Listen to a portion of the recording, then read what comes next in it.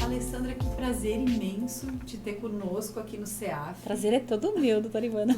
Já és uma habituê, na verdade, porque dás muitos cursos aqui de inteligência emocional. Isso. Todos com as melhores referências dos colegas que têm participado. Então é um privilégio conversar contigo hoje. O privilégio é todo meu, ainda mais trazendo esse tema tão legal que é aí a questão das mulheres na liderança, que é um outro lado da conexão IE que talvez aqui alguns dos nossos ouvintes não conheçam, né? Então, que é um desafio dos nossos tempos, né? Então que bom a gente tratar desse assunto hoje juntas. Isso aí, um prazer. E queria justamente saber no que as mulheres do nosso tempo diferem das mulheres de 20, 30 anos atrás.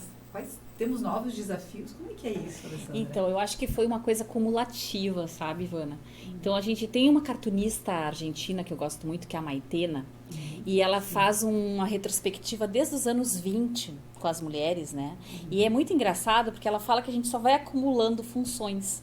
Então, no começo era encontrar um bom marido, depois conseguir estudar, depois conseguir votar, depois conseguir ir para o mercado de trabalho, depois ter seus filhos e estar no mercado de trabalho. Hoje em dia, ainda por cima, ser saudável, quem sabe fazer aí uma yoga, uma meditação. Então, o que é a característica da mulher é essa tentativa de abraçar o máximo possível. E nas últimas décadas, a gente tem sentido essa pressão muito grande. Antes a gente tinha, tu tá no mais ou menos aqui contemporânea comigo. A gente tinha uma ideia de você vai ter uma carreira ou você vai ter sua família. Ainda teve isso na nossa geração. E hoje em dia a gente entende que carreira de mulher já engloba a sua vida pessoal e que não é mais possível não ter uma carreira. Que algum tipo de carreira você vai ter, né? Então, acho que essa é a diferença. Existe uma pressão social agora para que se busque essa carreira e para que não se abra mão da vida pessoal. A gente tem que abraçar tudo junto e misturado. Né? É um grande desafio, de fato. Né? E ser bonita, e ser boa mãe. Isso, e o ser bonita faz parte. E aí entra uma coisa que está acontecendo, eu acho até super bem-vindo, que está chegando nas redes a questão do etarismo. Verdade. Então, de que uma mulher acima de 40, 50 anos de idade é considerada velha. E, meu Deus, né? Que não seja, bate na madeira. O que será de nós? O que será de nós? Então, isso já está acontecendo, que ainda por cima a gente vai ficar com uma vida útil na população economicamente ativa cada vez maior. A gente tinha uma perspectiva 20, 30 anos atrás que com 50 anos de idade tu botava pantufa e te aposentava. 60 anos você já era uma vovozinha, idosa, né? E agora não. Eu tenho colegas e tem pessoas aí que estão iniciando cursos de graduação, de pós-graduação, depois dos 50, 60 anos. Minha mãe fez uma transição de carreira aos 70 anos também. Que então, legal. De fato, eu acho que as coisas estão mudando e que bom, né? Isso pode ser bem inspirador. Isso aí. E na verdade, o teu doutorado foi sobre carreiras de mulheres, né? Foi. Que é uma coisa que nos interessa muito. Foi uma Pode coisa nos contar um pouquinho? Foi super puxada essa tese, assim, porque a gente na época queríamos falar sobre carreira. O meu falecido orientador, professor Sidney de Oliveira, ele tinha aí um estudo já aprofundado nos diferentes modelos de carreira. E o que já se falava, né? Que a carreira não era mais vista como uma coisa que a empresa promove, ou que você entra numa organização e você vai ascendendo que nem degrauzinhos, que tu vai crescendo nisso. E quando se chegou em carreiras de mulheres, a gente percebeu que tinha um modelo chamado de carreira caleidoscópica. Eu vi que tu gostou do nome, né? Eu adorei esse nome, porque caleidoscópio é uma coisa tão bonita, É não bonito, exatamente. O que são aqueles filtros do caleidoscópio? Sim. Caleidoscópio, né? São justamente os filtros que tu faz a partir dos teus parâmetros de vida. Então, o que se percebe é que, especialmente na vida das mulheres, o teu primeiro decênio de carreira, você ainda vai mais ou menos junto e igual aos homens. No sentido de que a gente, quando começa a carreira, a gente quer mais crescer, a gente quer se desafiar. É o C do ABC de carreira caleidoscópica, é o crescimento. No segundo decênio é que a gente tem uma diferença muito grande nos homens, pela questão biológica. Então, quando uma mulher está acima dos seus 30 anos, aquela decisão do que fazer com a sua vida pessoal e especificamente se vai ser mãe ou não, se vai adiar a maternidade ou não, se vai ter um companheiro lhe apoiando nessa decisão ou não, isso pesa muito. E seja qual for a decisão que ela vai tomar em torno da maternidade, isso vai afetar a carreira dela. Então essa é a fase do B, que a gente chama do balanço. A mulher coloca na balança para tomar decisão sobre a sua carreira. É. Coisa que o homem normalmente não faz. Não, ele adia. Essa fase de balanço para ele vem lá no final da carreira dele, que ele sente essa necessidade de colocar mais tempo para sua vida pessoal. E o terceiro momento, que é o A do ABC, é já no terceiro decênio em diante de carreira, em que ela precisa perceber que os seus valores, que aquilo que ela considera importante, necessário, está manifesto naquilo que ela faz. E cresce muito grande a motivação em torno da autenticidade. Então, crescimento, balanço, autenticidade. Os parâmetros que compõem a carreira de uma mulher. Ou as motivações de necessidades dessa mulher, né? De uma maneira geral. E a gente percebeu que sim, esses parâmetros estão presentes na realidade brasileira. Então, na tese, eu fui atrás de uma amostra de mulheres brasileiras, porque é um modelo da Sullivan americana, né? E a gente trouxe esse modelo para cá. E vimos aí com mais de 500 mulheres profissionais liberais, a maior parte delas, que está muito forte a questão do balanço, mas no caso da mulher brasileira, tem uma característica interessante, que existe uma espécie de acúmulo ali. E é aquilo que a gente chama de entropia do sistema da caleidoscópio que acontece. Por quê? Porque eu quero tudo. Eu quero crescimento, eu quero balanço, eu quero autenticidade. Eu quero me virar numa medusa, num polvo, que consegue fazer tudo e um pouco, e eu tenho um nível de cobrança do que eu preciso alcançar gigantesco. E tu trouxe aí a questão, inclusive, da beleza, do cuidado, né? Então, a gente ainda por cima tem que fazer tudo isso no salto. Aqui no Brasil, a gente tem uma exigência de padrão muito alto, né? De beleza, de fato. Exato. Então, assim, é uma pressão muito grande. Sobrecarregam. Essa eu acho que é a grande conclusão, porque a gente sabe que existe um desafio cultural, um desafio social, um desafio porque no sentido de que a gente está no mercado de trabalho há 60 anos, isso não é nada em termos de história, né? Então há muito pouco tempo que a mulher está junto no apoio das despesas da casa e no mercado de trabalho, fazendo essa dupla jornada aí de trabalho. Mas mais do que a pressão social, existe uma pressão interna. Verdade. E essa que é mais difícil de lidar, no fim das contas. Essa cobrança que se faz, né? Sim. De que eu preciso alcançar tudo isso e de que eu preciso cada vez mais cedo. Eu me lembro quando eu era bem guria, que... Olha como faz tempo já. Que tinha aquela revista Cláudia. Sim. Mas acho que existe ainda. Acho que existe, mas naquela época era nas bancas, a gente, né, meio que... E ali tinha uma projeção do que era uma mulher de sucesso. E eu brinco com essa mulher de sucesso, ela tinha 25 anos, 3 filhos, 2 MBAs, uma experiência no exterior, um Golden Retriever e malhava todo dia. Tipo assim, impossível. Não cansava. Você ia cansar só de ler. Cansava de... E tu olhava os rostos das pessoas, as histórias das pessoas e o que elas construíam, e tu dizia, não, isso é impossível para mim. Então, isso causa toda uma série de dores mesmo, emocionais, psicológicas, e que a gente precisa tratar também coletivamente, eu acho. Sabe? E conversar, que é o que a gente... Que bom que a gente está fazendo isso aqui. Isso, falar a respeito disso. Conversar entre as mulheres, nas famílias, nos ambientes de trabalho. Né? E já desde o começo da pandemia, porque o meu doutorado eu defendi em 2019. E aí, em 2020, a gente decidiu fazer alguns projetos de desenvolvimento de mulheres dentro das organizações por meio de programas de mentoria. E aí, o que eu percebi ali naqueles 2 anos que a gente foi trabalhando e continuamos trabalhando com o desenvolvimento de programas de mentoria de carreira em organizações? Que é incrível quando tu junta um grupo de mulheres, aí de 20, 30 mulheres, para falar sobre os seus desafios de carreira. O potencial que isso tem. Porque quando a gente percebe que não é uma coisa minha, nem tua, que isso é de fato uma espécie de inconsciente coletivo, é impressionante a catarse que é, sabe? Eu consigo enxergar nisso que tu dizes um pouco, porque eu lido muito com mediação e com negociação, né? Quando a gente consegue convergir naquilo que a gente tem de comum, de fato, a gente se conecta de uma forma maravilhosa e a gente ganha força, inclusive para resolver problemas, que é o caso, muitas vezes, dos nossos desafios em negociação e mediação. Eu só imagino. Então, que legal fazer isso e que ideia boa que a gente pudesse trazer isso para dentro do Ministério Público muito também, fantástico. né? E tu tá falando da ponte empática, que quando a gente consegue estabelecer com o outro, a gente percebe melhor o nosso problema. É como se você resolvesse, a partir do espelhamento no outro, uma dificuldade que é tua. E tu olha, nossa, não é só eu que tô passando por isso, né? Sim. Muito legal.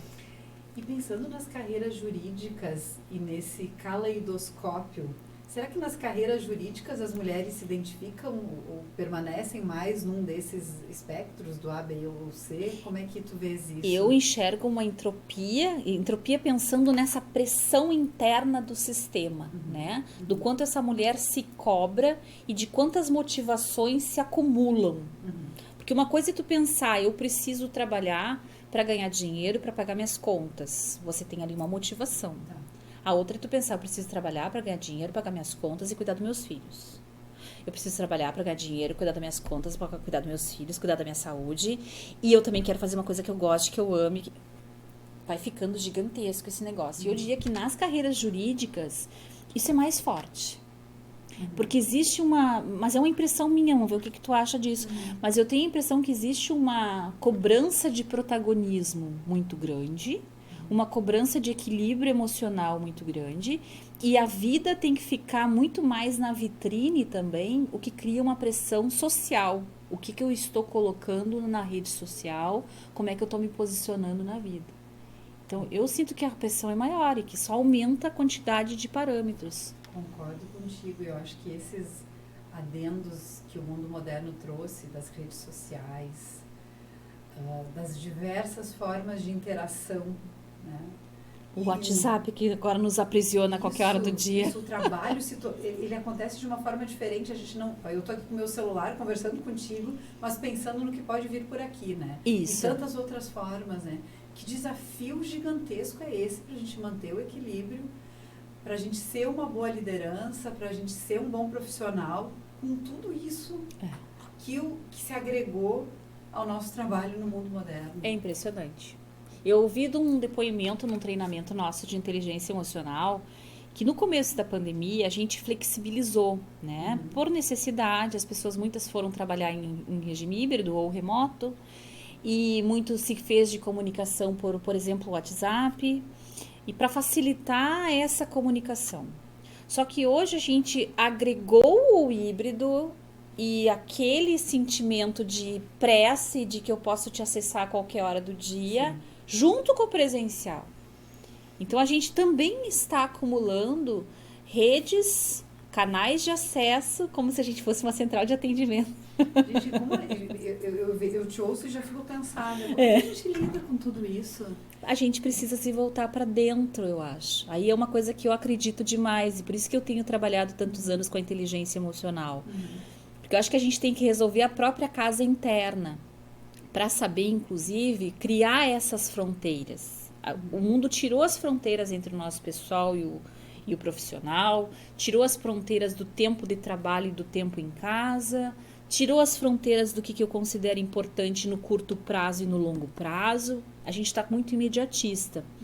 Então, para conseguir fazer e desenhar essas fronteiras de novo, a gente tem que encontrar esse equilíbrio emocional, esse equilíbrio psíquico mesmo. A gente tem que estar em constante observação, autoanálise e voltar a trazer essas barreiras que antes eram mais fáceis porque elas estavam mais concretas. Elas existiam. Isso, né? A gente passava o ponto, ia para casa e terminava o espaço de trabalho, né? E hoje em dia não é assim. E eu acho que mesmo nas profissões mais regulamentadas e com um horário fixo de trabalho, mesmo os servidores, por exemplo, sentem esta pressão depois do espaço de trabalho, né? Servidores, servidoras. Então, acho que começa por aí, mas é como tu falou, a gente precisa recuperar esse equilíbrio, né? Esse centro em si mesmo, para desenhar a fronteira. Para que eu possa me permitir terminar o meu dia de trabalho, já ir desligando as luzes da minha casa, né? Diminuir os meus estímulos, diminuir a minha exposição às telas, porque elas acabam roubando de nós a nossa presença. Então, o máximo que a gente puder fazer isso, eu acho que ajuda bastante. será que para a mulher isso é mais difícil de restabelecer esse lugar, essas fronteiras? Eu acho que é uma ótima pergunta. Eu tenho a impressão que nós temos aí uma história ancestral de um olho no peixe e um olho no gato, sabe? De ficar sempre atento aos intempéries. Não é à toa que se tu comparar como um homem sai de casa e como uma mulher sai de casa, tu vai descobrir que ela está pronta para uma crise nuclear, né? Sim, é verdade.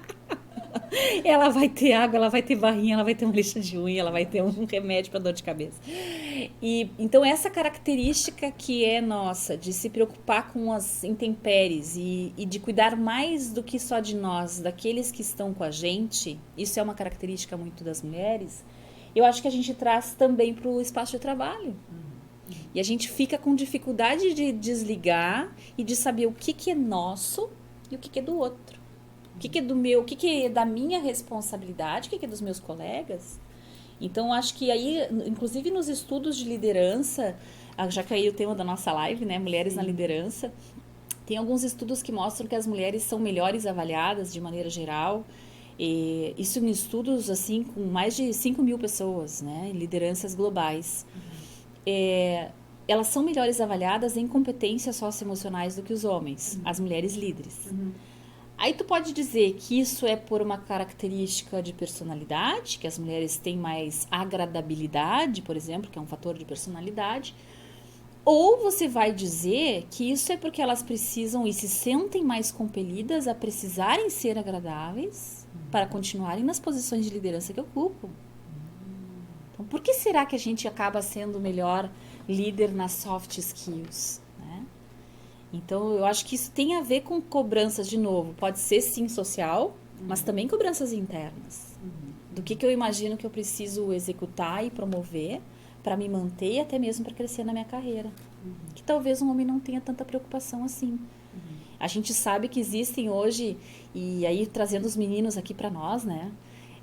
Melhorou muito isso. E eu percebo que algumas áreas e algumas empresas e organizações você não percebe mais essa diferença. É verdade isso, que é muito fluido a relação entre homens e mulheres. Mas existem as áreas que são mais competitivas, mercados mais competitivos, quando se estabelece a competição também para a liderança e quando tu tem muitos homens em board de liderança, vai ficando cada vez mais difícil essa mulher fazer essa ascensão de carreira. Ela se posicionar de forma a furar o tal do teto de vidro, né? Às vezes eu me pergunto se depende apenas das mulheres assumirem cargos de liderança ou quanto depende de os homens se abrirem para esse novo lugar das mulheres. Né? Eu acho que é um pouco dos dois, né? Não sei, Ivana, eu acho que esse tema já está em voga. A gente tem um movimento chamado Mulheres TEA, que a gente iniciou, TEA com TH, né? Em que a gente traz estudos aí dos 50-50, que a gente fala que são os estudos de equality no mundo afora. E se está buscando aí, é uma meta da ONU, 30% de mulheres em board de liderança até 2030. É um imenso desafio se chegar nesse 1/3. 2030 tá aí, né? É um imenso desafio se chegar nesse 1/3. Então, eu acho que parte de um desejo coletivo e de um esforço das organizações de levarem esse tema para o centro das discussões. Porque isso não vai acontecer simplesmente por se deixar aos poucos isso acontecer. Foram muitos anos de uma prevalência em liderança de homens, né? Na história do trabalho da humanidade. Então, para a gente conseguir fazer esse espaço de trabalho mais inclusivo, em que todo mundo possa ter aí uma voz e que se crie mais também, até criativamente, o coletivo, né? Porque quando tu junta pessoas diferentes, você cria mais. Toda verdade. Você percebe mais soluções. Enquanto instituição, inclusive, né? Isso. Tu percebe, a gente chama de ampliação de repertório de ação, de pensamento e repertório de ação. Ou seja, você percebe soluções quando as pessoas são diferentes, pensando essas soluções, que antes não haviam ali. Porque você tem mentes diferenciadas, experiências diferenciadas para trazer essas possíveis soluções, né? Pensando juntos. Que legal. E como a gente fala, e tu falas muito aqui, trabalha sobre inteligência emocional, né? Dentro do Ministério Público vai ter tema também, é um assunto que nos interessa tanto, é tão importante. Tem diferença entre homens e mulheres? Entre homem e mulher? Aí tem alguns estudos que apontam o seguinte, é difícil de se apontar diferenças de uma maneira genérica, né? Porque tudo depende também da área de trabalho. Por exemplo, áreas das humanas, você quase não encontra diferenças entre homens e mulheres nesse sentido.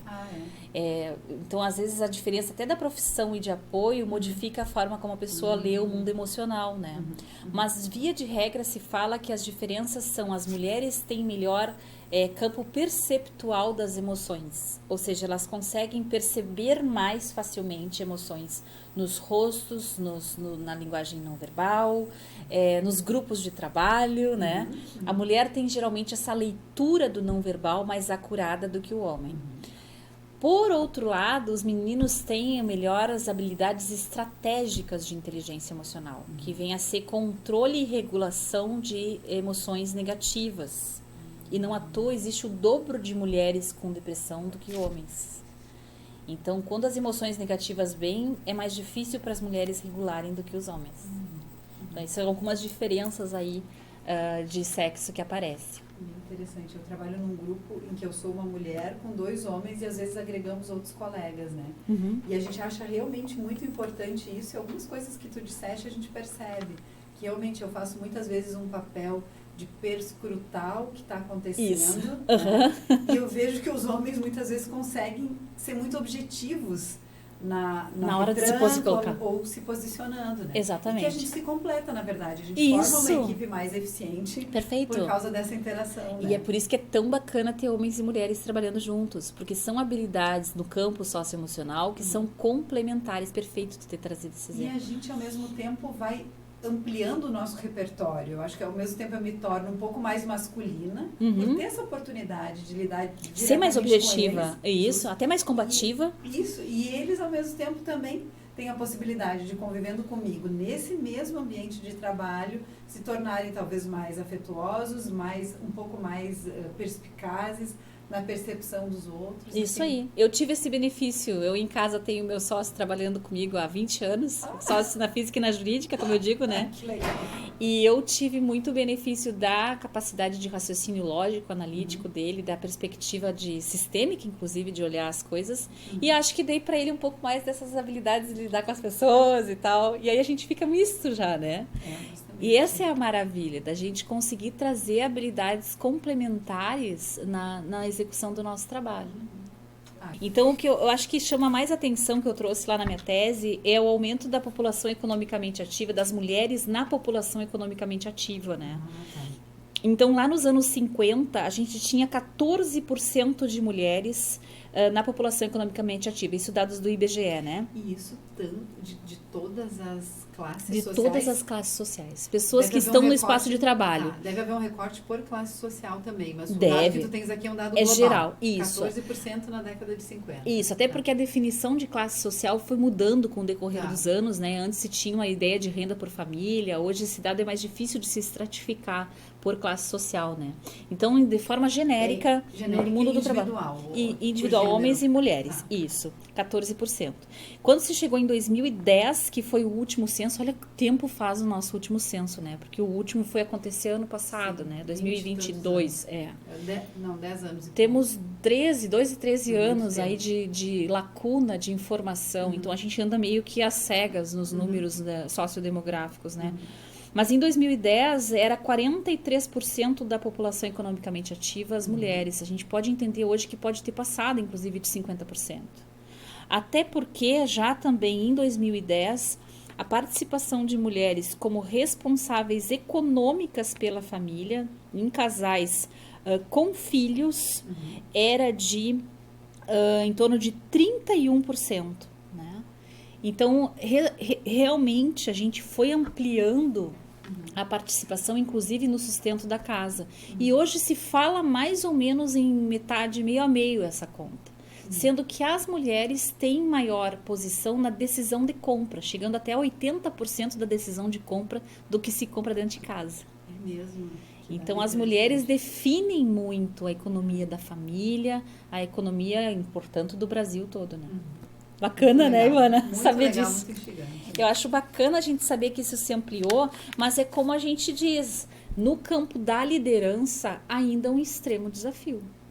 E a gente chegar como meta para 2030 ter 30% de board, olha o quanto a gente está humilde nessa proposta. É verdade, porque, bom, se a participação economicamente ela já deve estar nos 50 e 80 nas decisões, 30% de fato é muito pouco. É pouco. Na liderança. Exatamente. Né? A gente podia ter um ideal de igual para igual.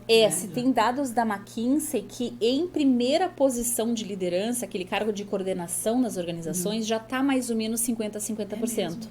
A isso quantidade de mulheres. Mundial ou aqui no Brasil? Mundial, aí global, estudos globais com mais de 800 companhias globais, né?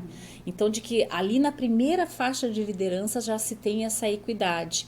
Quando vai subindo na ascensão de carreira, é que vai se diminuindo drasticamente a quantidade de mulheres. E será que é isso, eu não sei se tu tens esse dado, é mais nas carreiras da iniciativa privada, ou também elas incluem, eu pergunto isso porque nas carreiras jurídicas nós temos muitas carreiras públicas, como é o caso do promotor e do juiz, ou será que elas incluem também carreiras públicas? Acho uma excelente pergunta, não sei te dizer, Ivana, acho que era bacana da gente saber, né? Era interessante sim, porque a percepção que eu tenho, mas sem dados, é que nas carreiras jurídicas não é assim.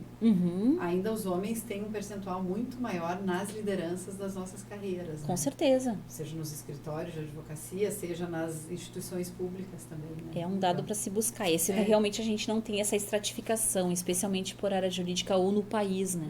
Então fica uma pergunta assim para quem Uma for outra estudar. informação que é interessante é que 25% apenas das empresas estão com algum tipo de investimento em desenvolvimento de mulheres. Porque daí é uma boa pergunta que a gente se faz, né? Como é que a gente modifica isso? E se modifica isso pela educação, pelo desenvolvimento humano, trazendo a questão da equidade de gênero para as organizações.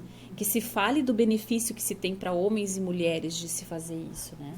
Então, se tenha um começo também incipiente nas organizações de programas de mentorias estruturados, de mulheres para mulheres, ou até mesmo de homens para mulheres, quando está começando na empresa, às vezes é necessário você fazer a mentoria que a gente chama He for She, porque tem tão pouca liderança mulher que você precisa começar fazendo de homens mentorarem mulheres. E tá tudo certo, né? Porque é só um estágio ali daquele processo. Claro, que seja misto sempre que possível, né? E de fato é muito importante, porque concordo contigo, começa com informação e com educação. E se precisa...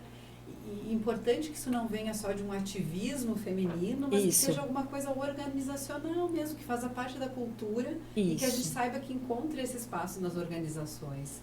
Então, excelente. E é realmente um número muito pequeno de acordo com as metas que se tem. Né? Isso aí. Muito bom, Ivana. Ai, que delícia. Adorei, curiosíssima ainda por saber mais. Que venham outros contigo. E acho que virão, né? Outros virão. A gente vai fazer um ainda sobre escutativa, aí entrando um pouco mais na inteligência emocional, né? Que legal, esse é um assunto que me interessa muito também. Mas vou adorar estar contigo na próxima conversa. Na próxima eu vou te entrevistar sobre mediação, então tá, te convidar. Que bom. Muito legal. Mas muito obrigada por hoje, foi um prazer te ter aqui conosco no CEAF. Obrigada. A casa é tua também, como sempre, então te sinta à vontade aqui com a gente. Muito obrigada. Obrigada para todos também que nos ouviram. Isso, muito obrigada.